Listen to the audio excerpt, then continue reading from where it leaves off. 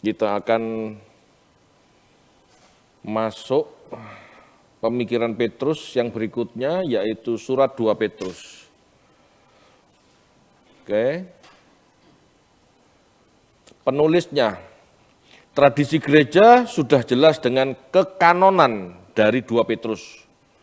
Ditulis oleh Petrus atau ditulis oleh pengikutnya yang didasarkan dengan apa yang Petrus ajarkan.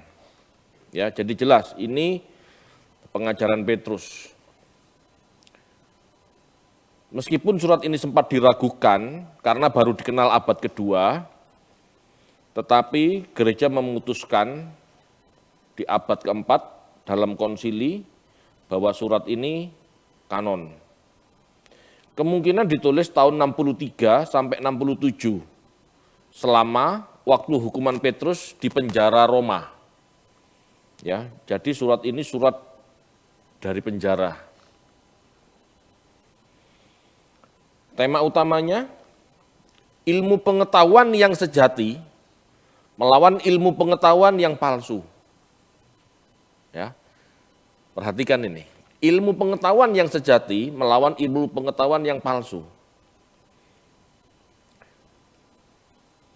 Kita harus tumbuh, ya. Kita harus tumbuh dalam kesucian dan kebajikan serta perjuangan untuk masuk ke kerajaan kekal yang akan datang.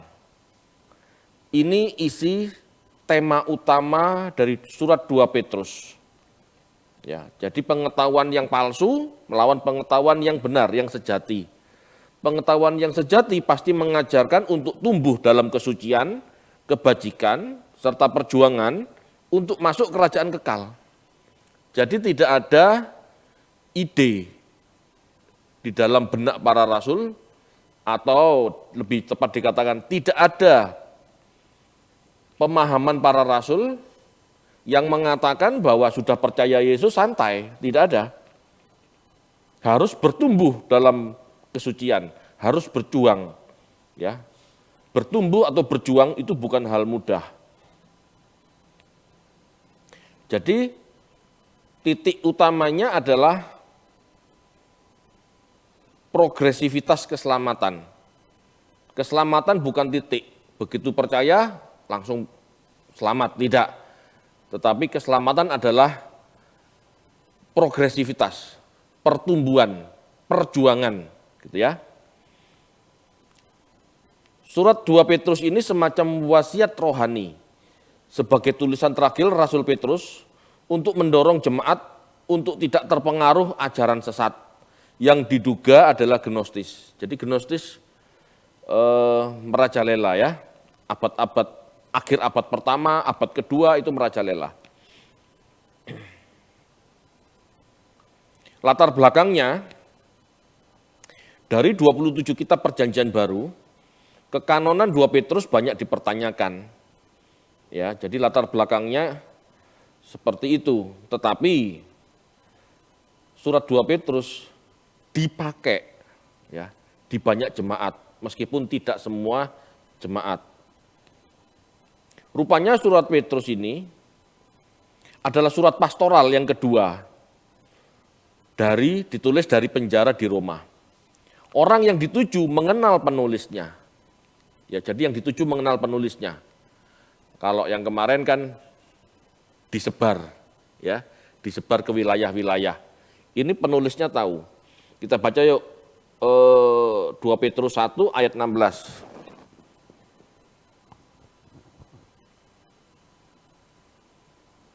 2 Petrus 1 ayat 16, sebab kami tidak mengikuti dongeng-dongeng isapan jempol manusia, ketika kami memberitahukan kepadamu kuasa dan kedatangan Tuhan kita, Yesus Kristus sebagai Raja, tetapi kami adalah saksi mata dari kebesarannya. Kalau ini surat yang ditulis secara umum, pasti Petrus tidak akan ngomong, kami adalah saksi mata. Kenapa? Karena pendengarnya pasti bingung, siapa kamu? Aku tidak tahu kamu lah, kok kamu ngomong saksi mata. Tetapi Petrus mengatakan kami saksi mata itu jelas kepada yang dituju. Gitu ya. Seperti saya ngomong sama Pak Menlu, Saya saksi mata dari kejadian itu. Pak Menlu tahu siapa saya. Gitu loh maksudnya. Maksudnya jangan ragukan aku yang kayak aku kelihatan kok gitu loh. Tetapi kalau tidak kenal, percaya tidak mau tahu, bukan urusan kan gitu, tidak bisa dipercaya gitu ya. Rupanya yang mengenal Petrus adalah orang non-Yahudi, bekas orang kafir di wilayah yang pernah diinjili Paulus. Kita baca yuk, pasal 2 ayat 18.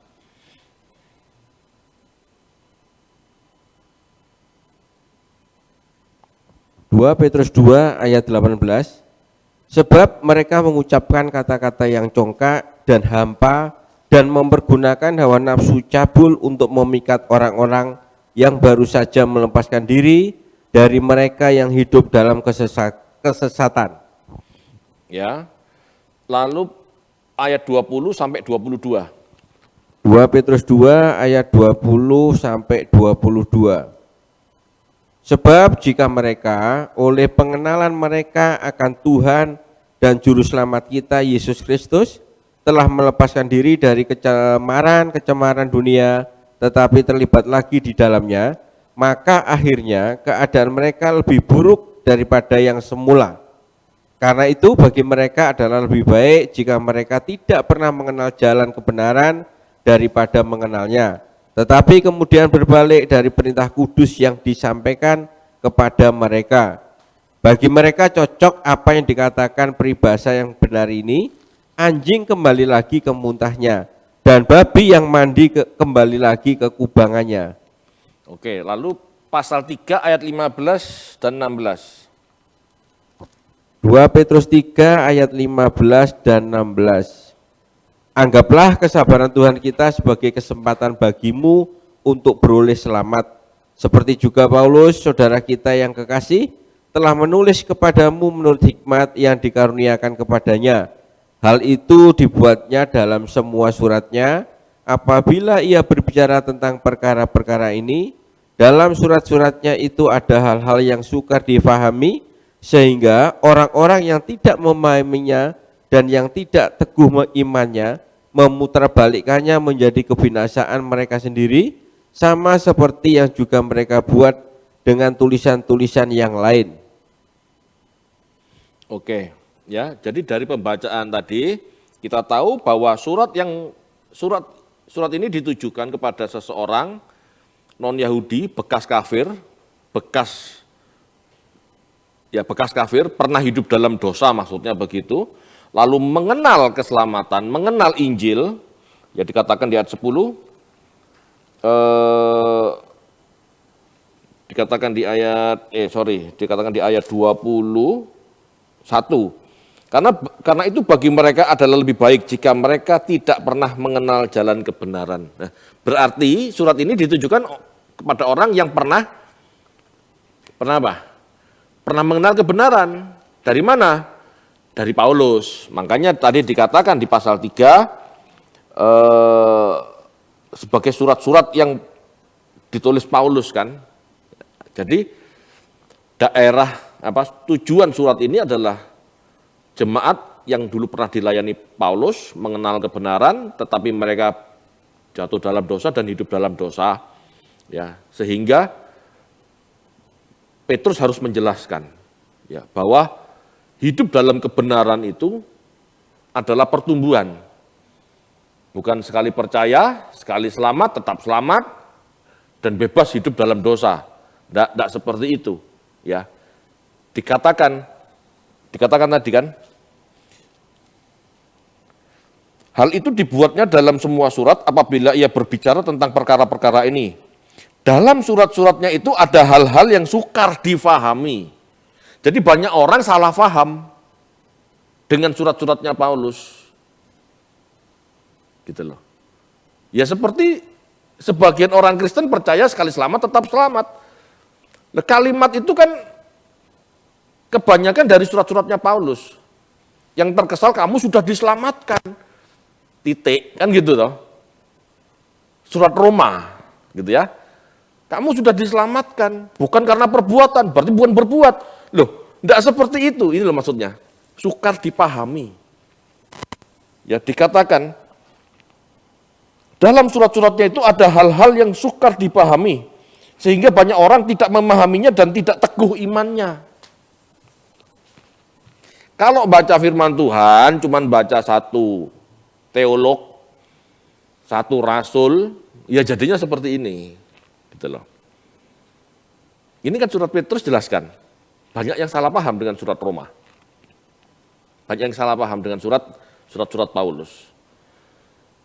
Makanya kita harus lengkapi dengan surat-surat rasul-rasul yang lain. Tidak boleh hanya tertumpu pada satu surat gitu. Kalau terhadap satu rasul saja kita tidak boleh tertumpu, ya, apalagi sama satu pendeta. Tidak boleh. Anda harus dengarkan dari pendeta lain juga, supaya ada perbandingan. Ya. Kalau saya ngomong salah, Anda bisa tahu jika ada perbandingan. Jika Anda mendengar saya khotbah, ya, jika Anda mendengar saya saja, khotbah-khotbah saya saja, Anda tidak punya perbandingan. Ya. Saya juga begitu. Ya, saya belajar dari banyak teolog, saya bandingkan, ya. Memang awal kita belajar satu guru betul, supaya kita tidak bingung, gitu ya. Tetapi dalam perkembangan kita harus baca, dengar dari banyak teolog. Ya, teolog yang sungguh-sungguh ya. Anda kan bisa lihat keseriusan seseorang dalam mengajar, keseriusan seseorang dalam khotbah. Ya, kalau sudah kebanyakan guyon ya lebih baik jangan, karena orang serius saja bisa salah ngomong, apalagi yang kebanyakan guyon. Nah, jadi lihat keseriusannya. Lihat dia belajar apa enggak. Dia sungguh-sungguh menghidupinya enggak. Nah, itu. Sama seperti yang dikatakan Petrus. Surat-surat Paulus itu bagus, ya. Hikmat, ya. Seperti juga Paulus saudara kita yang kekasih telah menulis kepadamu menurut hikmat. Paulus itu, tulisan-tulisan Paulus itu penuh hikmat. Tulisan penuh hikmat ini loh masih bisa disalahpahami. Ayat 16-nya untuk dibaca. Jelas ya. Ayat 16 kalau Anda baca, banyak yang menyalahpahami. Ada hal-hal yang sukar dipahami sehingga orang tidak memahaminya, gagal paham atau salah paham dan tidak teguh imannya. Ini penting banget loh. Jangan dianggap remeh. Standar kebenaran Alkitab. Pendeta itu penyampai kebenaran, pemberita kebenaran. Dan tidak semua pendeta pemberita kebenaran. Jadi Anda harus pilih yang benar-benar serius, yang benar-benar takut akan Tuhan, yang benar-benar belajar, yang tidak ngawur. Ya, supaya ada perbandingan Bapak Ibu. Supaya ada perbandingan.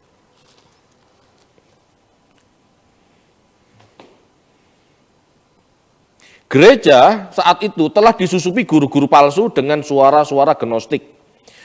Ada juga pengajaran antinomian atau libertinis. Artinya libertinis itu melawan hukum. Ya. Yang mengajarkan bahwa iman menyelamatkan terlepas dari pertobatan, lepas dari perbuatan atau kebajikan. Jadi ada ajaran yang mengatakan iman yang menyelamatkan itu nggak ada hubungan sama pertobatan, nggak ada hubungan sama perbuatan, nggak ada hubungan sama kebajikan. Yang penting percaya, yang penting kamu mengerti, ya itu loh. Ya, jadi mereka menolak pemahaman kedatangan Tuhan yang kedua secara fisik. Kenapa?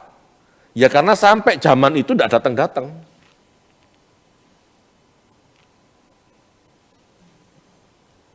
Jadi ada harus belajar memahami, merasakan krisisnya saat itu. Ya, sejak Tuhan Yesus naik ke surga, janji datang kembali. Jadi saat itu kira-kira 30 tahun kemudian kan, 30 tahun, 35 tahun kemudian, kok nggak datang-datang.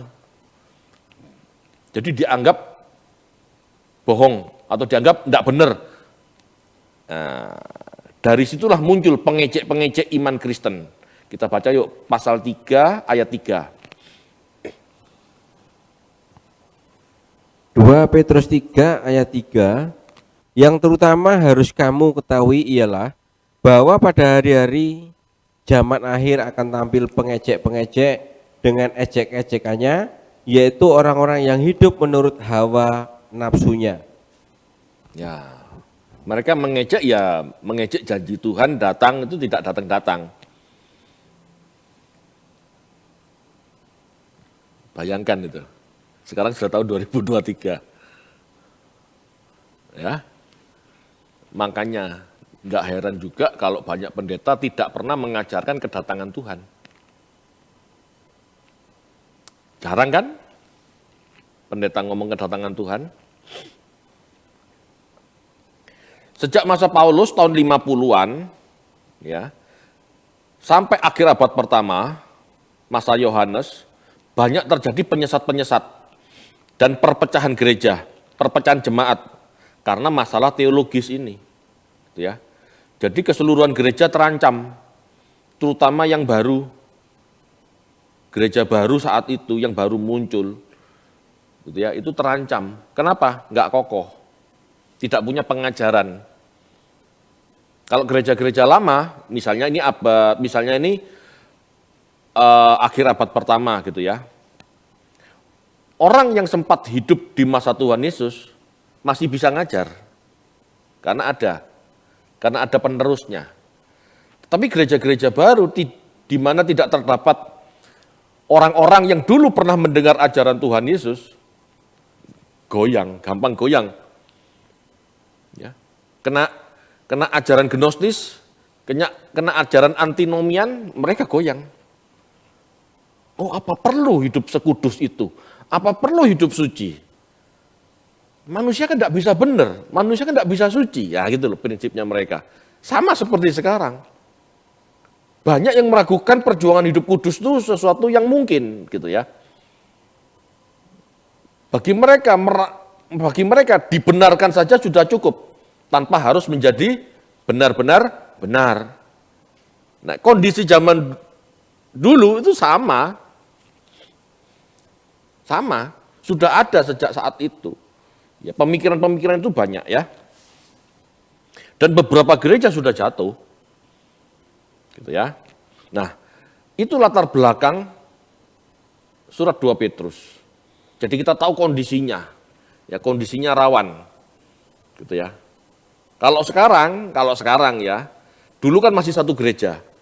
Jadi dalam jemaat itu bisa terjadi pertikaian antara pemahaman. Kalau sekarang kan sudah tidak.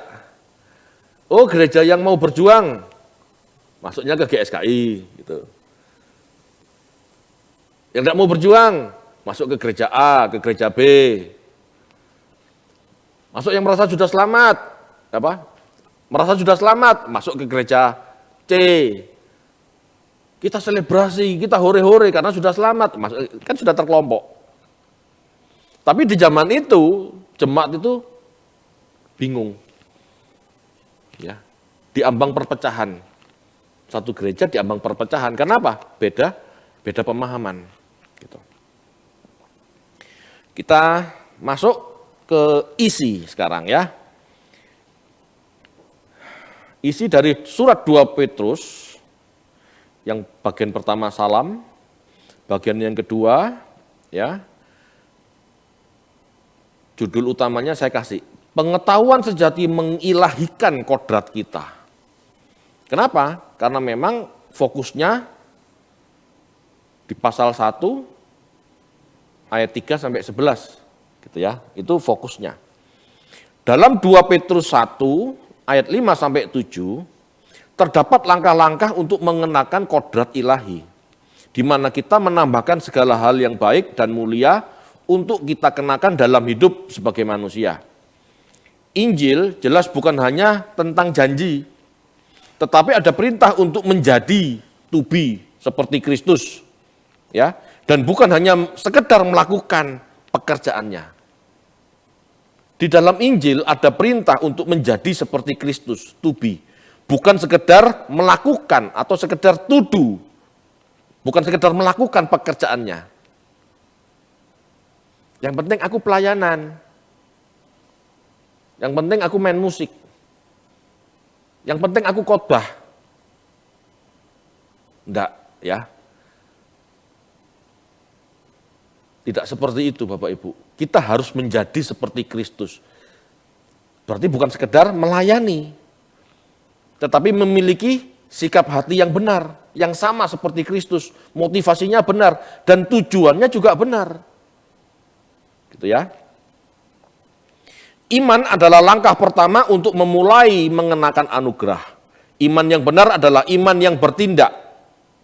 Inilah yang disebut bertumbuh. Jadi bertumbuh atau tidak itu bukan kita cerdas atau tidak. Betul cerdas, mengerti kebenaran itu harus. Tetapi harus disertai dengan tindakan, itu yang disebut bertumbuh. Sekedar berbuat baik itu bukan bertumbuh loh. Karena orang tidak mengenal Tuhan pun bisa berbuat baik.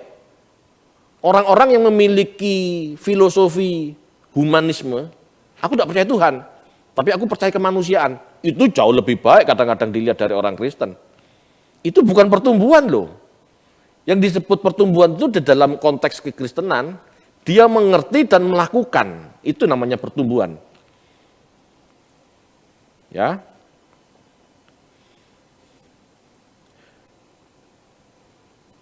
2 Petrus 1 ayat 5. Coba dibaca. 2 Petrus 1 ayat 5. Justru karena itu kamu harus dengan sungguh-sungguh berusaha untuk menambahkan kepada imanmu kebajikan dan kepada kebajikan pengetahuan.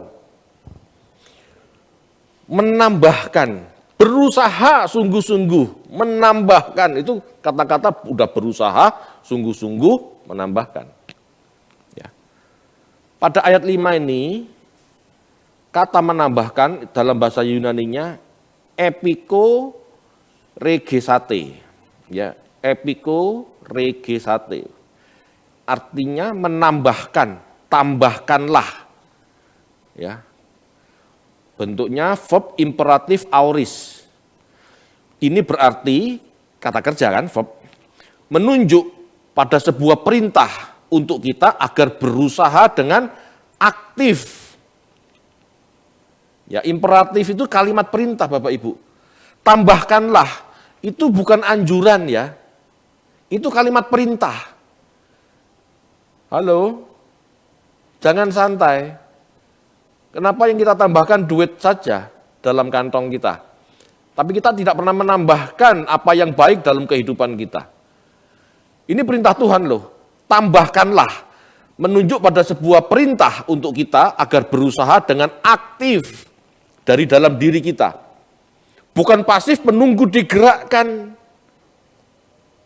Bukan pasif, apalagi menunggu diambil alih. Aku menunggu Roh Kudus ambil alih hidupku. Bukan seperti itu. Kita yang harus aktif, kehendakmu apa Tuhan? Firman Tuhan ngomong apa? Lakukan saja. Sementara kita melakukan, nanti Roh Kudus kasih bimbingan.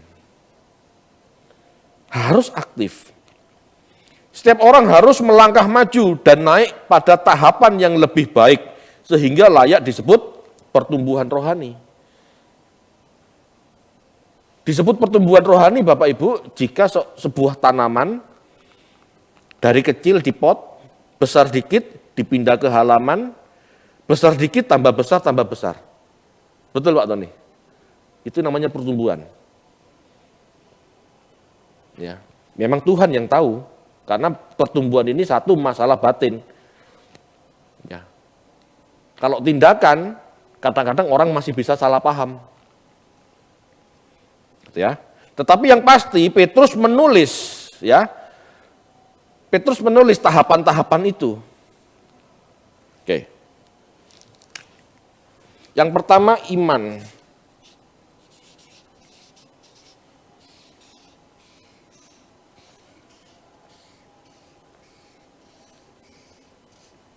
Ya. Iman. Kebajikan.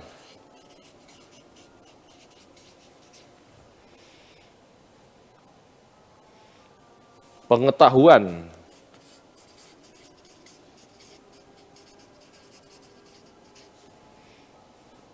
penguasaan diri,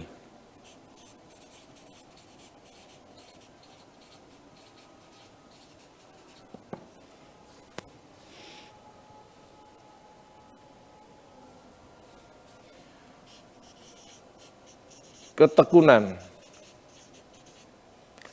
kesalehan, terus kasih.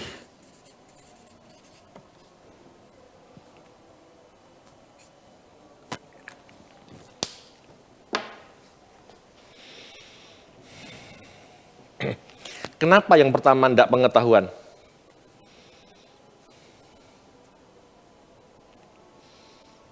Ini bukan berarti tidak ada maksud. Ya. Yang pertama adalah iman. Berarti kepercayaan, ya. Iman ini pistis, berarti kepercayaan atau trust, kesetiaan, faithfulness, loyalty, itu arti iman. Iman adalah percaya yang terus-menerus dan harus ditindaklanjuti dengan ketaatan melakukan apa yang dipercayai. Itu iman, bukan percaya tok loh. Kepercayaan yang diikuti kesetiaan, yang diikuti dengan loyalitas. Itu langkah pertama. Percaya Yesus, aku percaya. Ya. Aku setia. Aku loyal terhadap Engkau Tuhan Yesus. Itu iman. Sambil berjalan, lakukan kebajikan. Kalau kebajikan semua orang kan tahu, mereka orang Yahudi, bahkan orang kafir pun tahu kebajikan itu seperti apa. Ya, jadi selain percaya sama Yesus, loyal sama Yesus, lakukan kebajikan. Ya. Kebajikan, arete, berarti moral yang unggul, excellent.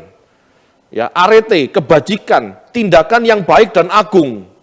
Dalam beberapa ayat perjanjian lama diartikan kemasyuran, keagungan, kebaikan yang agung, yang didengar orang, yang didengar masyarakat. Itu kebaikan. Itu arete, kebajikan seperti itu. Bagi sembako, itu sak kampung dengar kabeh. Misalnya seperti itu. Ya. Arete adalah kebajikan yang membuat seseorang menjadi warga negara yang baik. Itu arete. Kamu Kristen? Iya Kristen. Tapi kok buron? Nah, itu bukan. Jelas bukan. Kebajikan itu baik, di masyarakat baik, di hadapan pemerintah baik, gitu ya. Lalu naik ke pengetahuan. Jadi setelah setia sama Tuhan, setelah percaya sama Tuhan, setia sama Tuhan, loyal, ditambahi kebajikan, ditambahi berbuat baik. Berbuat baik loh. Ya. Baru belajar. Baru pengetahuan.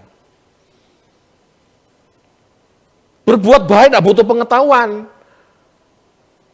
Anda kan tahu ngasih sedekah itu baik. Apa perlu belajar cuman gitu? Kan enggak. Tetapi pengetahuan perlu ditambahkan. Petrus yang ngomong. Oh enggak perlu apa, yang penting berbuat baik, yang penting berbuat baik, yang penting bagi sembako. Anda masih nomor 2. Kalau cuma sekedar berbuat baik, Anda belum bertumbuh. Anda harus tambahkan pengetahuan. Pengetahuan, gnosis, artinya tepat seperti terjemahannya, yaitu pengetahuan, knowledge, gitu ya.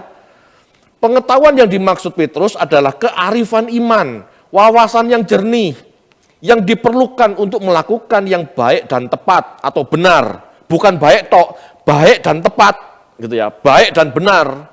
Bukan sekedar baik, kalau baik tok kebajikan cukup. Ya, tapi kita perlu pengetahuan supaya apa yang kita lakukan baik dan benar, baik dan tepat. Contoh, ya, contoh, berbagi, ya, memberi sedekah itu baik kan? Tapi pada saat misalnya kita berbagi, kita tahu di depan mata kita, di sekitar kita ada 10 orang yang perlu dibantu. Betul? Kita bantu. Itu sudah kebajikan, betul? Tapi kita perlu pengetahuan. Buat baik dulu, 10-10-nya kasih, bagi. Kita perlu pengetahuan. Maksudnya apa? Ayo cerdas yuk, dari 10 orang itu yang benar-benar bermanfaat yang mana? Kalau ada 1-2 orang yang akhirnya ngandel bantuan itu dan jadi malas, stop. Itu loh pengetahuan, itu loh hikmat. Apa artinya kita bantu? Kalau orang malas kita bantu, nggak tambah rajin, tambah malas, dan akhirnya tambah nggak jelas hidupnya.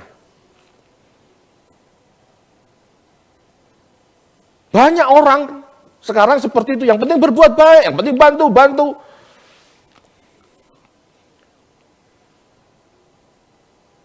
Duit bantuannya, ya, padahal dia tidak bisa makan. Duit bantuan itu dibuat untuk bisa makan. Enggak, dibuat beli rokok misalnya. Ini kan ngaco. Kalau kayak gini, Anda tidak berpengetahuan, istilahnya begitu. Jadi kebajikan perlu disertai pengetahuan. Supaya kita tahu mana yang tepat, mana yang tidak. Tidak sekedar berbuat baik saja. Ya. Pengetahuan adalah kearifan iman. Kearifan iman. Jadi ketaatan itu juga perlu arif. Jujur itu baik. Ya. Lalu ada orang melarikan diri ke rumah Anda karena sedang diburu, mau dibunuh, gitu. Lalu kita mau jujur, kan enggak? Akhirnya kita berbohong kan? Contoh, Pak Menlu mau dibunuh, dia sembunyi di rumah saya sama seseorang, orangnya datang cari-cari. Saya harus gimana? Jujur atau bohong? Jujur, Pak Menlu terbunuh. Bohong, saya berdosa. Ayo. Perlu pengetahuan. Iman, ketaatan, perlu kearifan, perlu pertimbangan. Itu maksudnya ya. Itu sebabnya pengetahuan ada di atas kebajikan. Kebajikan tanpa pengetahuan bisa jadi ngawur, bisa jadi mencelakai, bisa jadi menjerumuskan. Itu maksudnya. Di atas pengetahuan ada penguasaan diri. Ya, penguasaan diri. Pengendalian diri. Self control, gitu ya. Penguasaan diri diperlihatkan oleh orang-orang yang mampu mengontrol dirinya dan yang tidak menjadi budak dari keinginannya sendiri.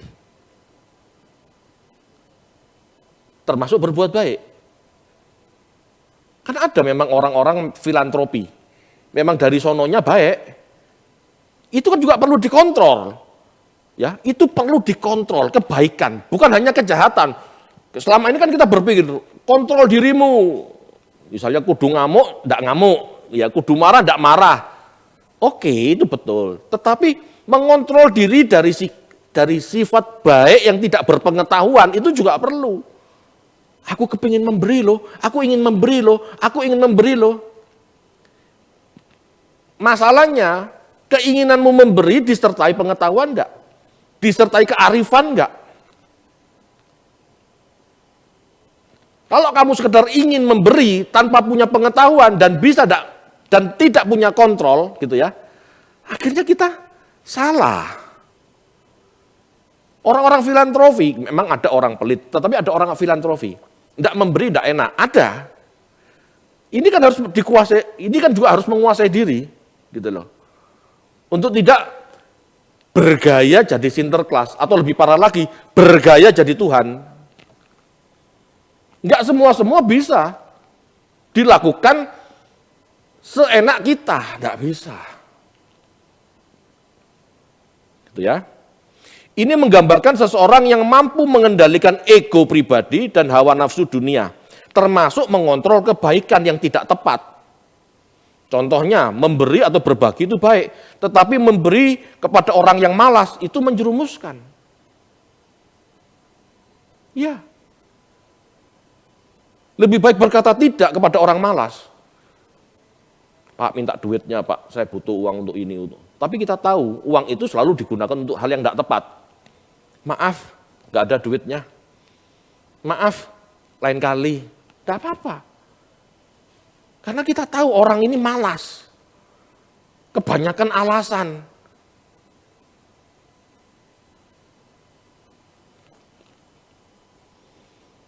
Ya. Setelah penguasaan diri, ketekunan.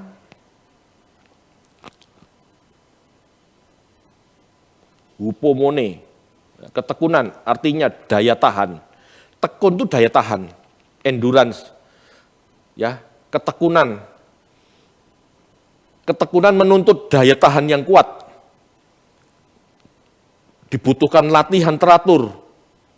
Ya, ditingkatkan secara berangsur-angsur. Tekun. Ikut Tuhan itu perlu ketekunan. Bapak Ibu belajar Alkitab itu butuh tekun. Ini contoh gampangnya. Anda pikir orang seperti saya yang mempelajari Alkitab nggak bosen, nggak capek. Tiap pagi 4 jam getu gini ya, ini mata berair. Udah bangun tidur kan, bangun tidur fresh. Tapi 1-2 jam baca kan ngantuk lagi. Buat kopi. Senam-senam sedikit. Setengah jam balik lagi. Itu usaha mengenal Allah melalui Alkitab, perlu ketekunan. Bertindak pun demikian. Kadang-kadang kita kan capek, nolong orang terus, bantu sesama terus, kadang-kadang capek. Kadang-kadang kita perlu waktu sendiri sama keluarga. Kadang-kadang kan ada rasa-rasa seperti itu. Jangan dituruti. Sekali-sekali oke, tapi jangan keterusan. Saya belajar pun gitu, sewaktu-waktu gitu ya. Saya ambil khotbah selesai semua gitu ya. Bahkan mungkin khotbah ke depan sudah saya persiapkan. Biasanya istirahat saya 1 hari gitu ya. Saya buat 2-3 hari. Istirahat, tidak baca. Keterusan. Mau mulai lagi bahasa Jawa Timurnya, sengko, males. Anda perlu ketekunan tiap hari. Tidak boleh cutinya lebih dari sehari. Karena apa? Keterusan. Gitu loh. Anda butuh ketekunan. Menolong orang. Berbuat baik. Hidup kudus, perlu ketekunan. Berdoa, itu butuh ketekunan. Itu paling berat. Mungkin bagi sebagian orang bisa ya. Beda-beda. Tiap orang punya masalah beda-beda. Tiap orang kasusnya beda-beda. Ada orang berdoa bisa lebih tekun dari baca Alkitab. Ada orang baca Alkitab bisa lebih tekun daripada berdoa. Ini tidak boleh tidak boleh dibentrokkan, seolah-olah yang berdoa lebih baik, yang baca Alkitab lebih baik. Semua orang punya kekurangannya, gitu loh. Semua orang punya kekurangannya. Bagi orang melankolis berdoa lebih nikmat karena main perasaan. Bagi orang koleris berdoa tuh bingung, aku mau doa apa? Betul?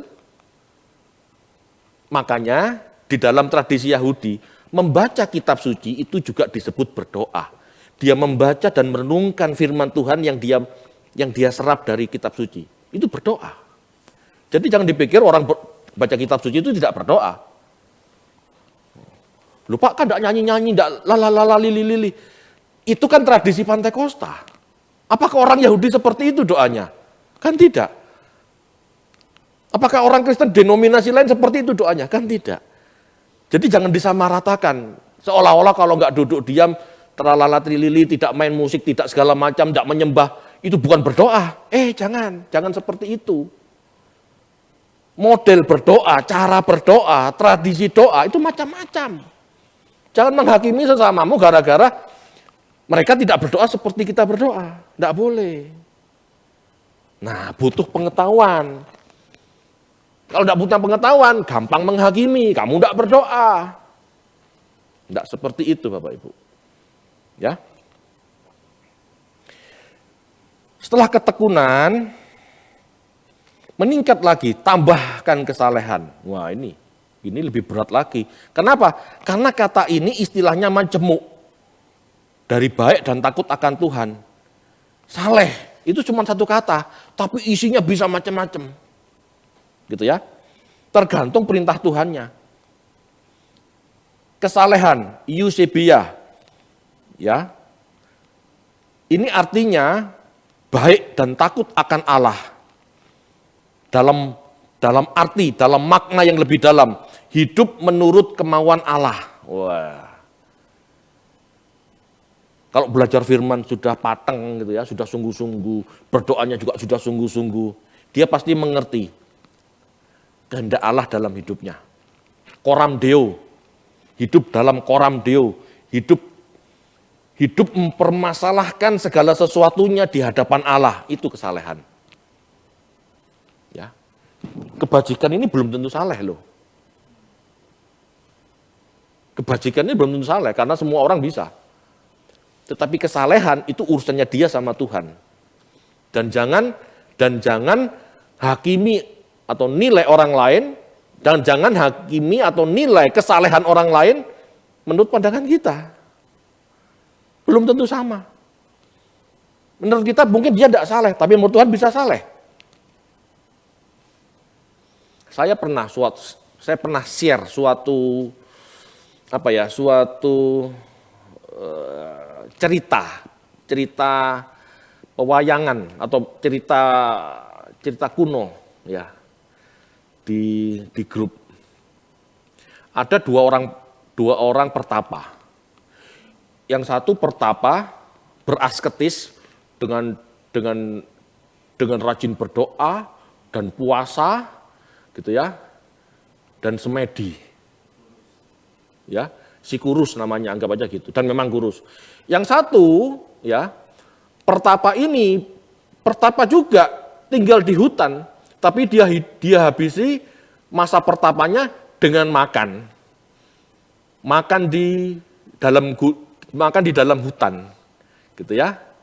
Minum lagi. Gitu ya. Suatu saat macan lewat. Suatu saat macan lewat. Macan itu ngomong sama pertapa, aku minta dagingmu, aku kelaparan. Si kurus yang suka berdoa, suka berpuasa, enggak mau. Oh, enggak mau. Enggak bisa. Si gendut yang sukanya makan minum, aku rela, makanan aku. Ternyata macan itu titisan dewa. Dan akhirnya yang dibawa ke surga yang mana? Yang gendut.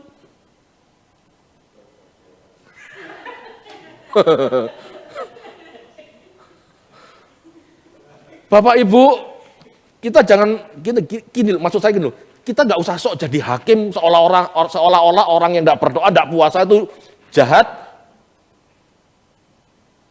Seolah-olah orang yang tidak melakukan ini itu seperti yang kita pikirkan resek, nggak benar. Hakimnya Tuhan, bukan kita. Dia berusaha bertuhan seperti yang dia pahami, yang satu juga berusaha bertuhan seperti yang dia pahami. Hasilnya yang dilihat, ketulusanmu, kerelaanmu menjadi korban, menjadi anggur tercurah, roti terpecah. Apa artinya kita sering doa puasa, tetapi tidak mau jadi roti terpecah, anggur tercurah, tidak ada gunanya. Bahkan lebih dalam. Seandainya pun kamu mengorbankan dirimu untuk dibakar, tapi kamu lakukan dengan kesombongan, itu juga tidak ada artinya. Ya, coram Deo, kesalehan, ini Tuhan yang nilai, bukan manusia, nggak usah sombong. Nggak usah sombong Bapak Ibu. aku nggak pernah bolong loh doa pagi. Di hadapan Tuhan gimana? Belum tentu beres. Saya ngomong begini bukan berarti tidak boleh doa pagi. Ya doa pagilah, gitulah. Berdoalah, berpuasalah. Sebab apa? Sebab kita perlu mendisiplin. Tetapi yang penting kan bukan disiplinnya. Yang penting hasilnya pendisiplinan itu apa? Kalau tidak membawa kita mengenal Allah, buat apa doa puasa itu? Yang penting itu kan kita mengenal Coram Deo. Yang penting kita mengenal kehendak Allah dalam diri kita dan kita bisa mentaati, menjawab keinginan Tuhan. Kan yang penting yang itu. Bukan doa puasanya, itu kan sarana. Yang penting itu hasilnya doa puasa. Yang penting itu hasilnya belajar firman. Yang penting itu. Bagaimana bisa kita Coram Deo sama Tuhan? Tuhan kau menghendaki ini, aku rela. Itu yang terpenting. Ya. Kehidupan takut akan Allah yang dirasakan dengan sadar. Ya. Jadi kesalehan itu adalah kehidupan yang takut akan Allah yang dirasakan dengan sadar dan dilakukan dalam berbagai macam bentuk yang konkret. Abraham, serahkan anakmu. Serahkan beneran. Serahkan beneran.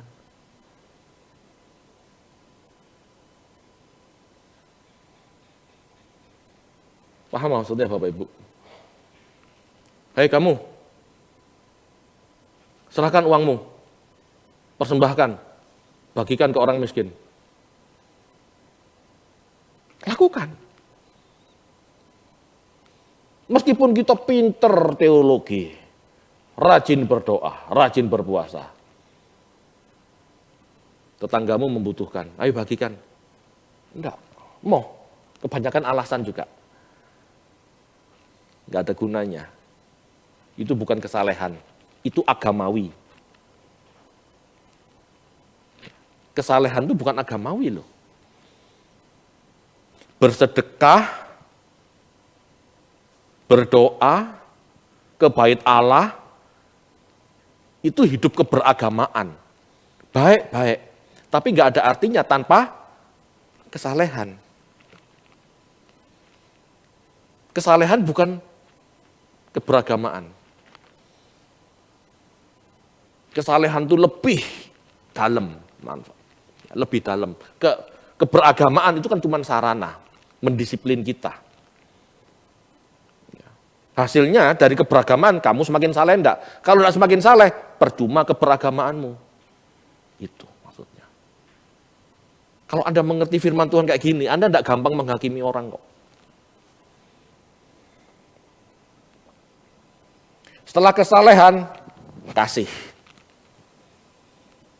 Pertama kasih persaudaraan, baru kemudian kasih kepada semua orang, puncak itu. Ya, kasih persaudaraan, Philadelphia, bermakna kasih persaudaraan, kasih kepada sesama saudara, keluarga maupun saudara seiman. Kasih persaudaraan memeteraikan persekutuan gereja Kristen. Orang-orang Kristen tidak bekerja sendiri-sendiri. Orang Kristen bekerja secara berkelompok, berkomunitas. Saya tidak ada apa-apanya Bapak Ibu tanpa orang jemaat-jemaat yang membantu di tempat ini.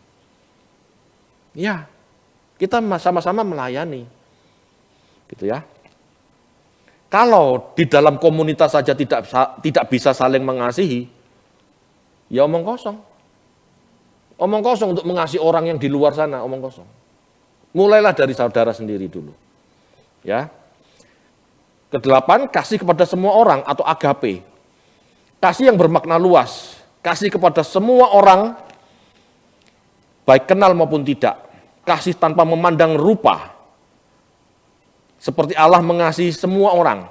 Baik yang percaya maupun yang tidak percaya. Baik yang beragama maupun yang ateis. Memberi hujan kepada orang, benar maupun orang jahat. Itu agape. Jadi, Petrus mengajarkan susunan ini itu ada manfaatnya. Ya, ada gunanya. Ikuti. Dulu saya tidak ngerti. Bahkan sampai pada saat saya nulis skripsi, pada saat saya nulis tesis, ini belum saya pahami 100%, tidak seperti sekarang. Ternyata, oh begini. Dulu saya masih bingung kenapa pengetahuan di level 3 kok kalah sama kebajikan. Kok di atas kebajikan. Ternyata itu maksudnya. Ini kan hasil perenungan. Semakin Anda punya wawasan, semakin diperluas pemahaman Anda. Belajar Bapak Ibu. Petrus menyusun sebuah daftar sifat-sifat atau karakter-karakter Kristen yang baik, yang seharusnya ada pada setiap orang Kristen. Secara limpah seharusnya ada. Limpah di sini berarti semakin bertambah seiring pemahaman kita sesuai usia rohani tiap orang yang menjadi murid. Murid itu bertumbuh, tidak kelas SD terus. Harus suatu saat SMP, harus suatu saat SMA. Ya. Itu sebabnya pengetahuan teoritis dan pengetahuan yang dapat pengetahuan teoritis dan pengetahuan yang didapat melalui pengalaman rohani, praktis gitu ya. Sangat penting dan harus bersama-sama diraih. Saya ulangi dengan bahasa yang lebih sederhana. Itu sebabnya pengetahuan teoritis dan pengalaman praktis, pengalaman rohani sangat penting dan harus diraih bersama-sama. Anda tidak bisa cuma sampai yang penting berbuat baik.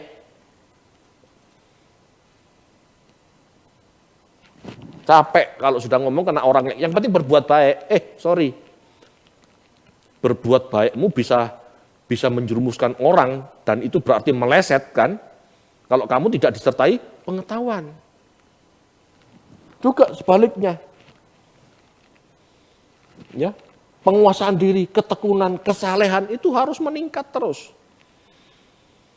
Di dalam 2 Petrus 1 ayat 8 sampai 11 menunjukkan sebuah kondisi yang progresif bila kita memiliki pemahaman dan keyakinan yang dikerjakan. Ya.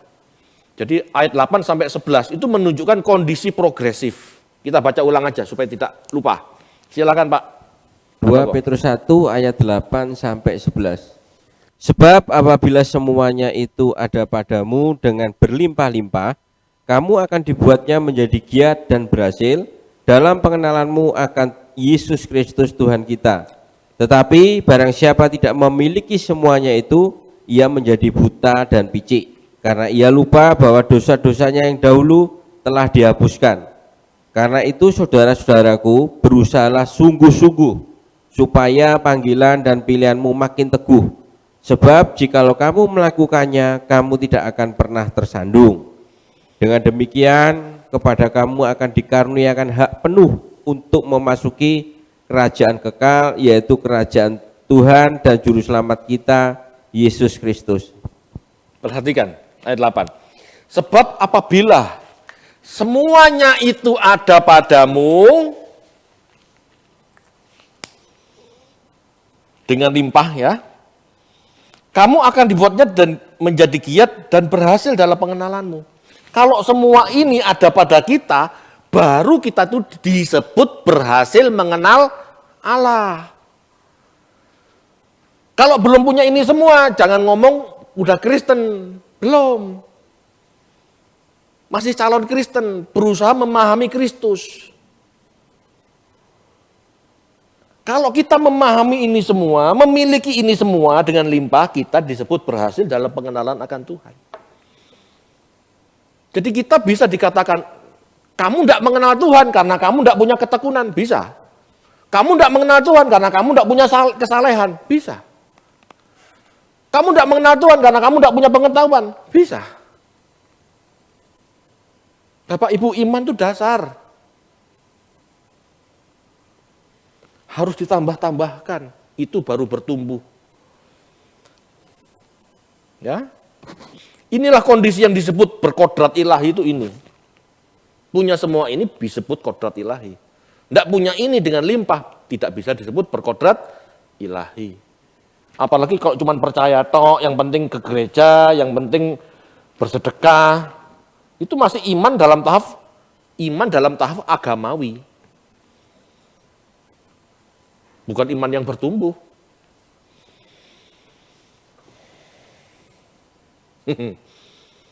Saya nggak ngerti, Anda mendengar khotbah seperti ini, seperti apa? Kalau saya benar-benar nggarai stres, asli. Ya, saya, waduh Tuhan. Tetapi dari ini juga membuat saya terpacu untuk, ayo bertumbuh yuk. Kamu belum apa-apa, aku belum apa-apa, gitu loh. Dari sini kalau dari sini ya, saya bisa merasakan krisisnya. Aku tidak boleh berhenti di sini. Aku harus jalan terus, aku masih jauh. Mungkin masih di level 2 atau level 3 saya. Mungkin belum apa-apa. Masih jauh Bapak Ibu. Oke? Isi dari surat 2 Petrus yang lain antara lain, pengetahuan yang palsu menghancurkan hidup kita. Guru-guru palsu mengajarkan penyangkalan terhadap penebusan. Ya. Guru-guru palsu mengajarkan cara hidup yang dikuasai hawa nafsu. Mereka berusaha mencari untung. Guru-guru palsu, ciri-ciri guru-guru palsu, mencari untung dari jemaat. Pak, saya perlu ini, Pak, saya perlu itu. Padahal itu bukan sesuatu yang primer. Atau sesuatu yang tidak diperlukan untuk pelayanan. Hanya untuk menambah mewah kehidupannya. Hati-hati. Kita baca yuk. Pasal 2 ayat 2 sampai 3. 2 Petrus 2 ayat 2 dan 3. Banyak orang akan mengikuti cara hidup mereka yang dikuasai hawa nafsu, dan karena mereka jalan kebenaran akan dihujat. Dan karena serakahnya guru-guru palsu itu akan berusaha mencari untung dari kamu dengan cerita-cerita isapan jempol mereka, tetapi untuk perbuatan mereka itu hukuman telah lama tersedia dan kebinasaan tidak akan tertunda. Lalu ayat 13-14 Pak. 2 Petrus 2 ayat 13 dan 14. Dan akan mengalami nasib yang buruk sebagai upah kejahatan mereka. Berfoya-foya pada siang hari, mereka anggap penikmatan. Mereka adalah kotoran dan noda yang mabuk dalam hawa nafsu mereka. Kalau mereka duduk makan minum bersama-sama dengan kamu. Mata mereka penuh nafsu zina dan mereka tidak pernah jemu berbuat dosa. Mereka memikat orang-orang yang lemah, hati mereka telah terlatih dalam keserakahan, mereka adalah orang-orang yang terkutuk. Ya. Kuasai hawa nafsu, cari keuntungan sendiri, suka berfoya-foya, ya. Mata mereka penuh jinah dan serakah.